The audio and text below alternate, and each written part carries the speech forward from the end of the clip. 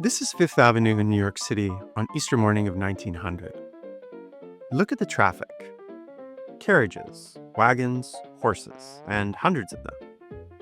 Somewhere in this photograph, there is exactly one automobile. I'm going to wait, take a moment, and try to see if you can find it. Now, here's the same street on the same holiday, 13 years later. Wall-to-wall automobiles, and somewhere in this photograph, there is exactly one horse. 13 years. That's all it took for the horse, the engine of city life, for 3 centuries, to go from everywhere to nearly gone. And the horse was not a detail of that world. It was the infrastructure.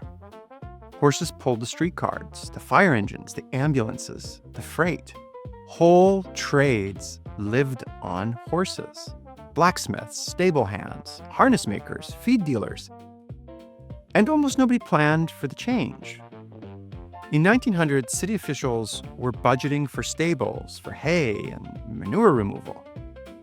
The most confident financial forecasts of the day extrapolated the horse when the actual future was parked at the curb.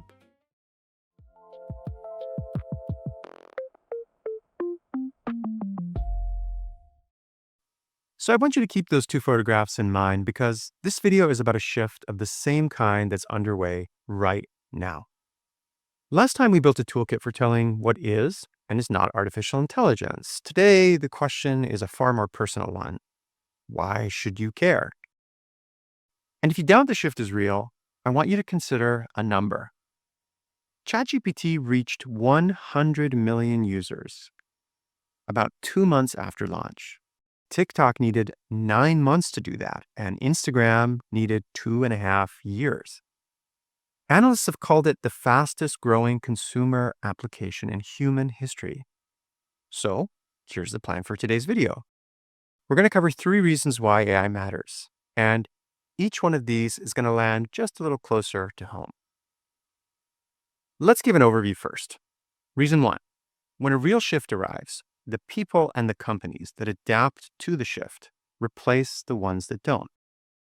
You don't want to be selling hay in a world that's getting rid of horses. Reason number 2, AI collapses the money, the people, and the time it takes to do big things. Consider how long it would take you to write a book today with the assistance of AI tools compared to an author from just 10 years ago. Reason number 3, AI is already steering parts of your day, and mostly without you noticing it. The feeds on your social media apps influence what you pay attention to, who you may spend time with today, and what you may choose to buy. If you're aware of all this, you can still obtain the benefits of the technology without risking being manipulated. So let's start by diving a little deeper into the first reason you should care about AI. Those who adopt technologies, and especially in innovative ways, inevitably win. In the opening scene, we discussed how the automobile was widely adopted in a very quick period of time. But the adoption of the automobile is not the innovation that I want to discuss. What's really impressive about the transformation is not that people started driving. It's how the adoption of technology in an innovative way allowed that transformation to take place. In 1908, Henry Ford launched the Model T at just $825, but before you get too excited, that's about $30,000 today. The Model T was a fine machine, but it also wasn't new. German engineer Carl Benz had invented the first modern gas-powered car in 1886. And since then, nearly every car on Earth was built basically the same way, standing still, while teams of workers swarmed around it. And that required more time and more labor, which meant higher prices. So cars remained a rich family's toy. For the Model T to go viral, the price needed to come down. And Ford's team found the answer in an unlikely place: Chicago meatpacking plants, where carcasses moved along overhead rails past workers who each made a single cut. Ford's innovation was to apply that idea, but in reverse. Instead of taking something apart step by step, he figured he could build something up step by step. And in 1913, at the Highland Park plant, the moving assembly line went live. The time to assemble a Model T fell from over 12 hours to around 90 minutes. Volume soared and the price fell year after year, all the way down to just $200 by 1925, and that's about $5,000 in today's money. Now here's the detail that matters for us. The assembly line was not a secret, just like AI today is not a secret. Ford opened Highland Park and even let his competitors walk the floor. Everyone in the industry could see the future being built right before their eyes. But not everyone chose to participate. Seeing it and actively adopting it were very different things. Of course, retooling a factory meant enormous cost and risk, just like the adoption of AI today. And so many firms naturally hesitated. But imagine that in less than 10 years, the number of American automakers fell from 108 to just 44. And by 1929, 3 giants sold 3/4 of the cars in America.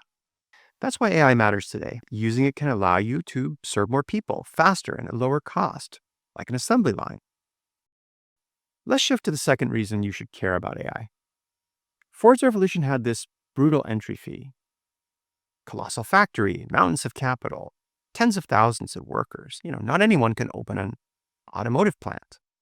The most stunning thing about the shift today with AI is who gets to use the new machines, and it's basically everyone. To feel the difference, hold 2 photography companies side by side. Starting with Eastman Kodak, who, at its peak, employed more than 140,000 people. In January of 2012, after 132 years, Kodak filed for bankruptcy.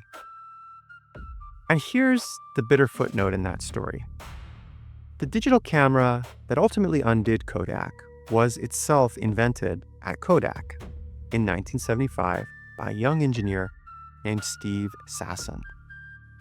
Management worried it would eat the film business and set it aside. 3 months after Kodak filed for bankruptcy, Facebook paid $1 billion for another photography company. Instagram was about 18 months old at the time. It had roughly 30 million users and only 13 employees. Think about those numbers. 13 people reached an audience that once required a global corporation because software carried the load. Distribution, storage, editing, scale. And that was before modern AI existed.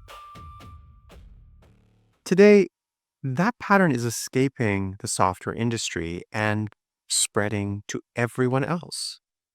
We live in a world where a 2-person business can have AI draft its advertising, answer customer emails, translate its website, etc. Work that used to mean hiring an agency, an assistant, and an analyst now rents for about the price of a streaming subscription, $20 a month. It's not just marketing copy and emails, though. In science, working out the 3-dimensional shape of a single protein could consume years of a researcher's career. In 2022, an AI system called AlphaFold released predicted shapes for about 200 million proteins. Essentially, everyone known to science at the time. Free for anyone to use. That's careers of work. The deep point here is not that machines replace those workers one for one. It's that the cost of attempting things has fallen through the floor. And when trying is cheap, more people try.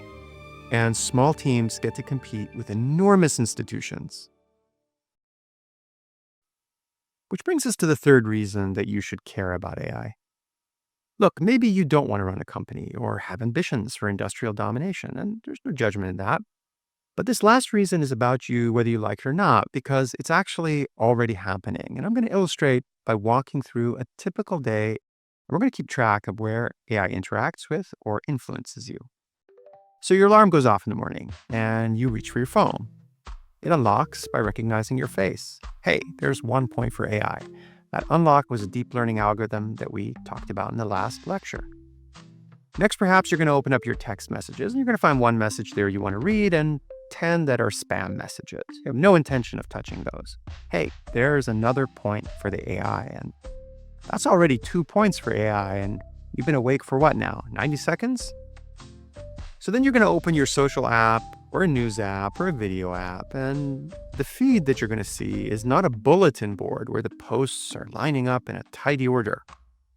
Every one of them was placed in front of you by a sophisticated ranking system that studied what you tap, what you watch, what you linger on, and predicts what's going to hold your attention the longest.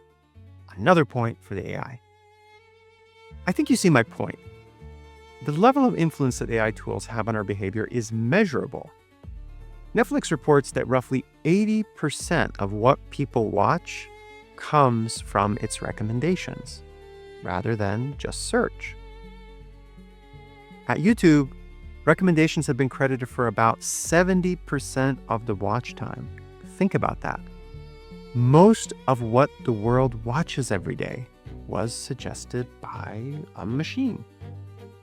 And I want to point out the part that's easy to miss. A ranking algorithm does not just choose what you see. It also chooses what you do not see. The article that was not shown, the product that was not offered. You can't notice an absence, which is exactly what makes this kind of influence both hard to feel and extraordinarily powerful. It reaches past your screen. The route that your map app hands you comes from a model predicting traffic across the whole city, nudging thousands of drivers like you, but all at once. The fare for your flight is set by models estimating what the market and, in some cases, what you personally are willing to pay. Now look, none of this is a conspiracy. Each system is doing a job that somebody gave it, some human. Hold attention, smooth traffic, set prices, block fraud. But when you add them up, a real share of what you see, what you pay, and which way you turn is being shaped by software you've never met. You don't have to fear that. You just have to know it. If we take a step back, the 3 reasons why AI matters really collapses into one. AI redistributes advantage. It hands markets to the adopters, the way the assembly line did to Ford.